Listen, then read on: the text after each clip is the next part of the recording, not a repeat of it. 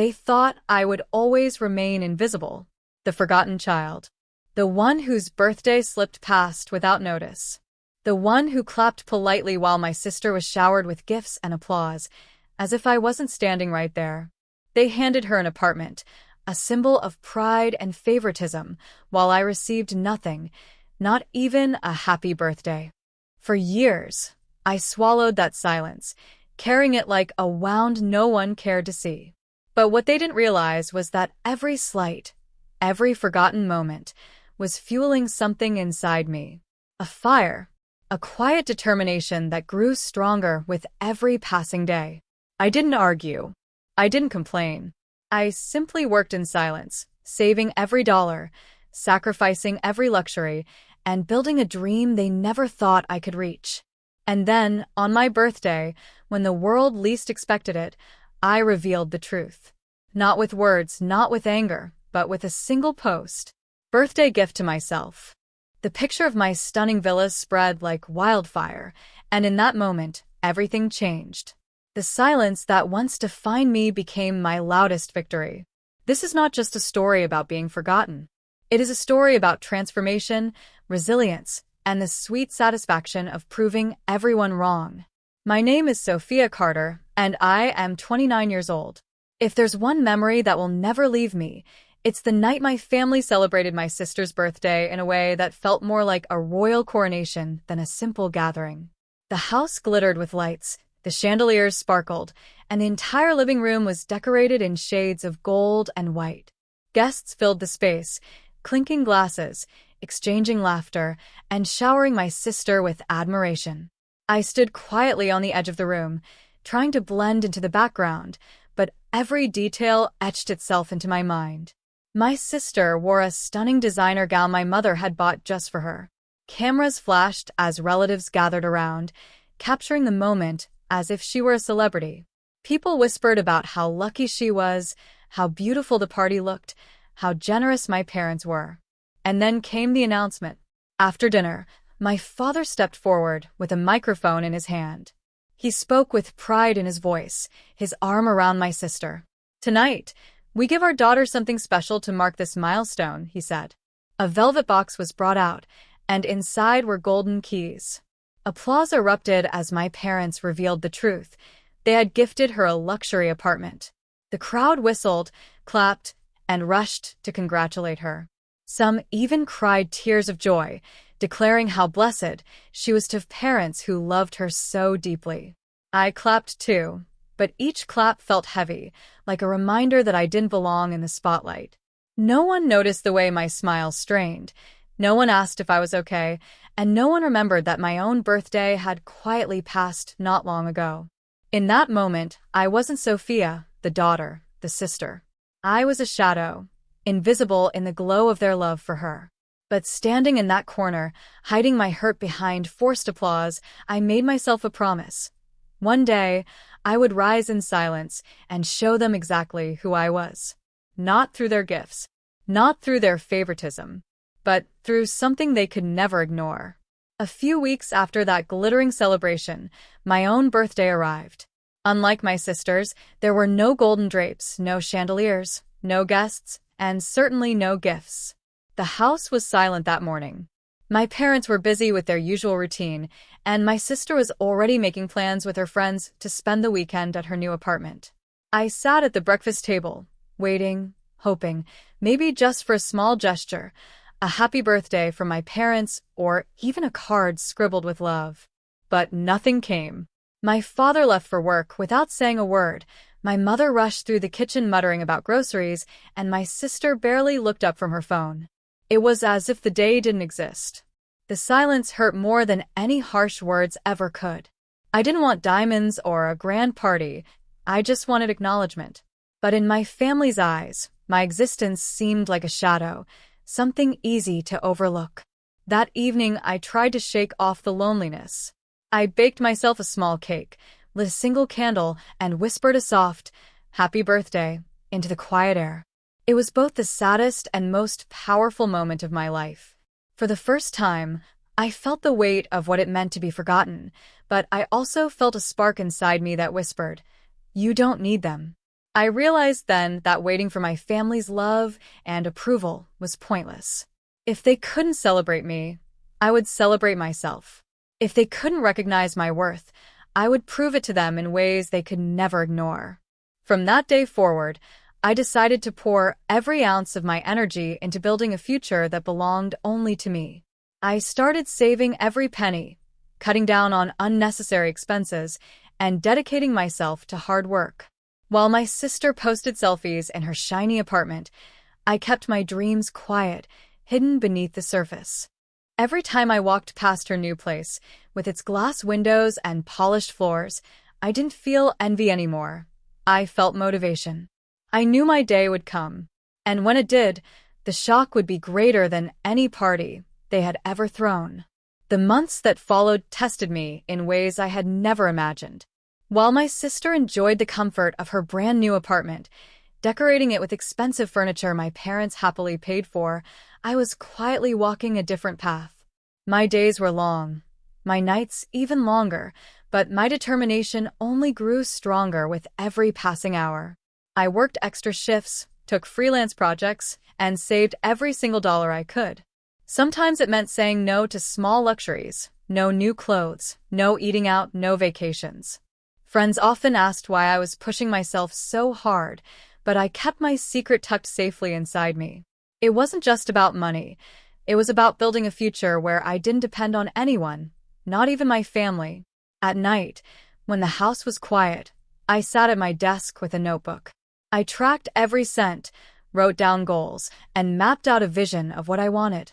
A home of my own. A place that symbolized independence, not pity. A place I could proudly call mine. But it wasn't just financial sacrifice. It was emotional too.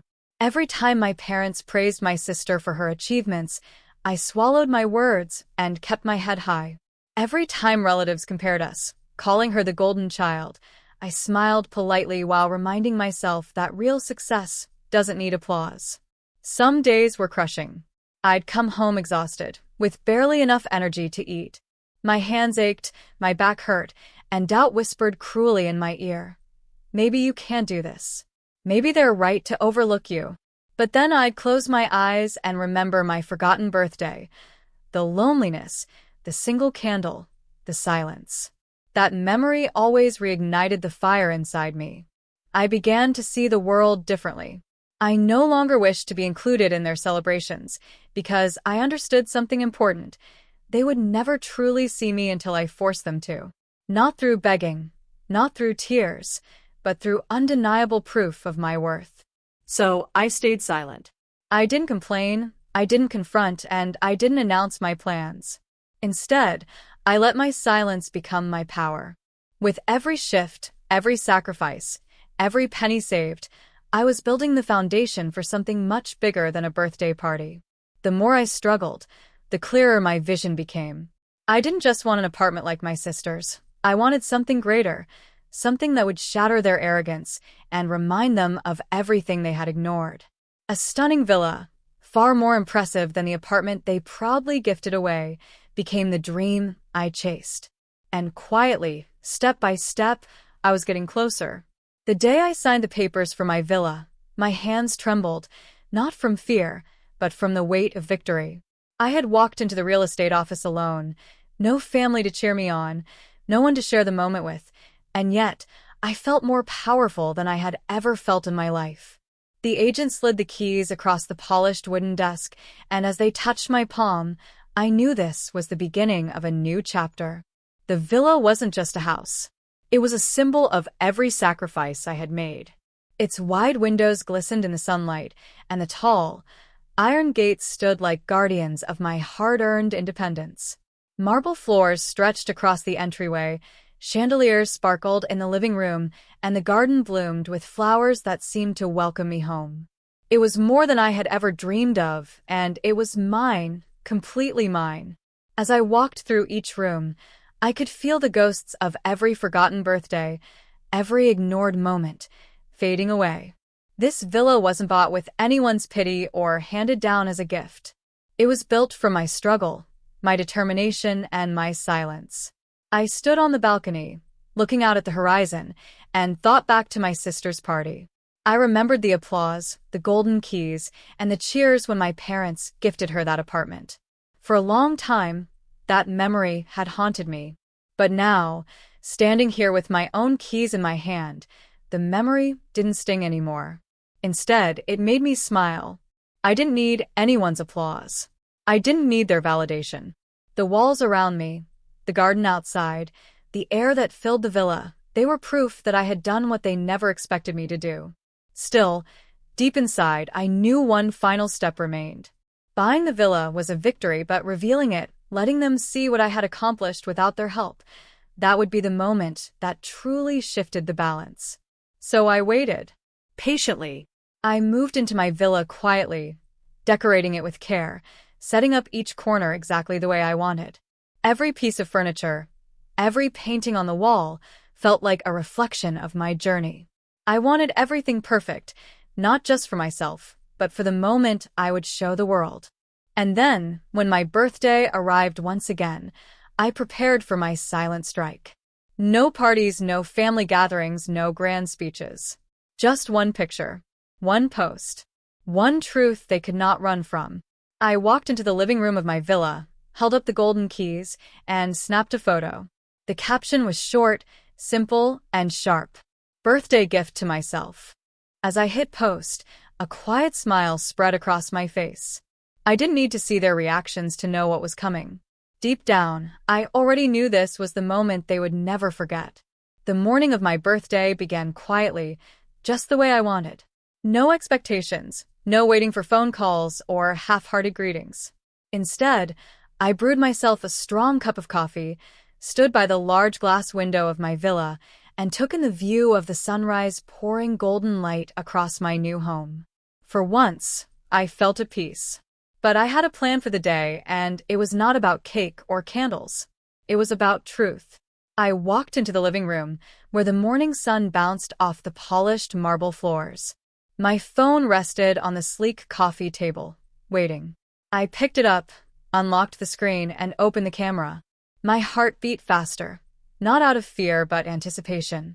I positioned myself in front of the villa's grand entrance, holding up the keys, the massive gates behind me making the perfect backdrop. Click. A simple picture, yet it carried the weight of everything I had endured. Then came the caption, words I had been holding in for a long time. Birthday gift to myself. I hit post and set my phone down. At first, it was just silence. Then the notifications began to trickle in.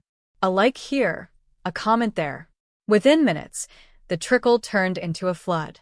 Friends, coworkers, and distant relatives filled the comment section with disbelief and congratulations. Wow, stunning villa. This is goals. So proud of you. And then came the messages I had been waiting for my family.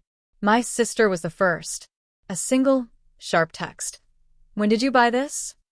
No congratulations, no smile, just shock wrapped in suspicion. My mother followed shortly after. Why didn't you tell us? We could have helped you. The irony almost made me laugh. Help? From the same people who forgot I even existed on my last birthday? My father's call came next. I didn't answer. The screen lit up again and again with his name, but I let it ring. For once, they were the ones waiting, scrambling, panicking, and I was the one who held the power of silence. That evening, as the sun dipped below the horizon, I scrolled through the hundreds of comments and shares. Relatives who had once ignored me were now praising me publicly. Friends tagged others, saying, "Look at this, she bought a villa with her own savings." My family's silence in the comment section was louder than any words. But the real scene unfolded in our family group chat later that night. My mother tried to steer the conversation with fake excitement. "We're so proud of you, darling. We always knew you'd do great things." My sister sent a string of confused emojis, followed by a blunt, "A villa? Seriously?" My father finally wrote, "We need to talk." I didn't reply. Instead, I muted the chat, placed my phone on the nightstand, and lay back on the soft velvet headboard of my bed. For the first time, I felt something I had craved all my life: control. This wasn't about revenge. It wasn't even about jealousy. It was about balance. For years, the scale had tipped against me, heavy with neglect and favoritism. But now, with one post, I had shifted it back. That night, I slept peacefully, knowing the truth had finally reached them. They could ignore my birthdays, my existence, my efforts, but they could not ignore the reality staring at them from every screen. I had succeeded without them. And the best part? The shock had only just begun.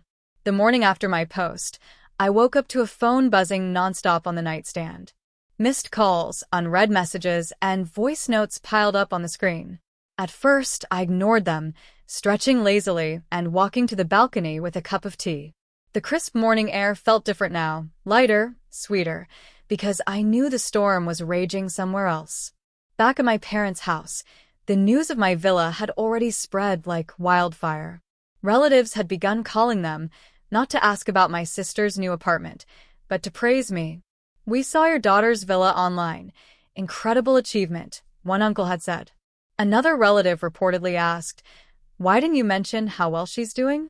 We had no idea. Each word must have stung, because my family had spent years painting me as ordinary, unworthy, the invisible one. Now the narrative was slipping out of their hands. My sister was the most rattled. Later that afternoon, she stormed into my villa unannounced. Her eyes scanned the marble floors, the crystal chandelier, the spacious rooms, and her jaw tightened with every detail she saw. "So, this is what you've been hiding?" she spat, her voice sharp. "You think buying a villa makes you better than me?" I sipped my tea calmly, refusing to match her anger. "No," I said softly. "It doesn't make me better. It just means I don't need anyone to validate me." Her face flushed red. She looked around again, as if trying to find something to criticize, but the villa spoke for itself. She left without another word, slamming the door so hard the windows rattled. My parents weren't far behind. That evening, they called me again, this time with desperation. When I finally answered, my father's voice was heavy with forced warmth. "Why didn't you tell us, sweetheart? We could have supported you, guided you. Families don't keep secrets like this." I almost laughed at the irony. Supported me? The same people who couldn't remember my birthday? Who stood proudly giving away apartments while I blew out a single candle alone. I held back my bitterness and replied simply, "Some things are better done alone." Their silence on the other end was deafening. I knew the truth had finally cut through. Over the next few days, the shockwave only grew. Extended relatives compared my villa to my sister's apartment, whispering about how the forgotten one had outshined the golden child. Friends of the family started asking questions that left my parents cornered. "How did she manage this without your help? And weren't you the ones always saying she was struggling?" For once, my parents had no script. They couldn't explain it away. They couldn't spin the story. My success was undeniable, and it didn't fit into the neat little box they had built for me. The tension in the family home became unbearable. My sister stopped hosting her friends at her apartment because every conversation somehow circled back to me. My parents avoided family gatherings out of embarrassment, unwilling to face the questions. And me? I didn't have to say a word. My silence did all the talking. I had always thought revenge needed loudness, confrontations, accusations, shouting matches. But standing in my villa, sipping tea as the family unraveled, I realized the truth. Silence can be the sharpest weapon of all. In the weeks that followed, the shift in my family dynamic became impossible to ignore. Before, I was the quiet one in the background, the child who could be dismissed without consequence. But now, every glance, every word, every pause in our conversations carried the weight of change. My parents began reaching out more often, though their words were laced with guilt rather than love. My mother sent messages like, "We should all get together soon as a family," while my father suggested dinners at restaurants we had never gone to before. It was clear they were scrambling to rebuild an image that had already shattered. For years, they had chosen to celebrate my sister openly while brushing me aside. Now the balance had tipped, and they didn't know how to handle it. My sister, however, was not as subtle. She made no effort to hide her resentment. Each time we crossed paths, her eyes burned with envy. Once, she even said under her breath, "It's not fair. You don't deserve this more than I do." I didn't bother to argue. I didn't need to. The villa, my independence, my quiet confidence, all spoke louder than any words ever could. Relatives treated me differently too. Cousins who once ignored my presence now sent messages of admiration. Aunts who used to fawn over my sister suddenly praised me in family gatherings. It was almost amusing to watch how quickly loyalties shifted when success was undeniable.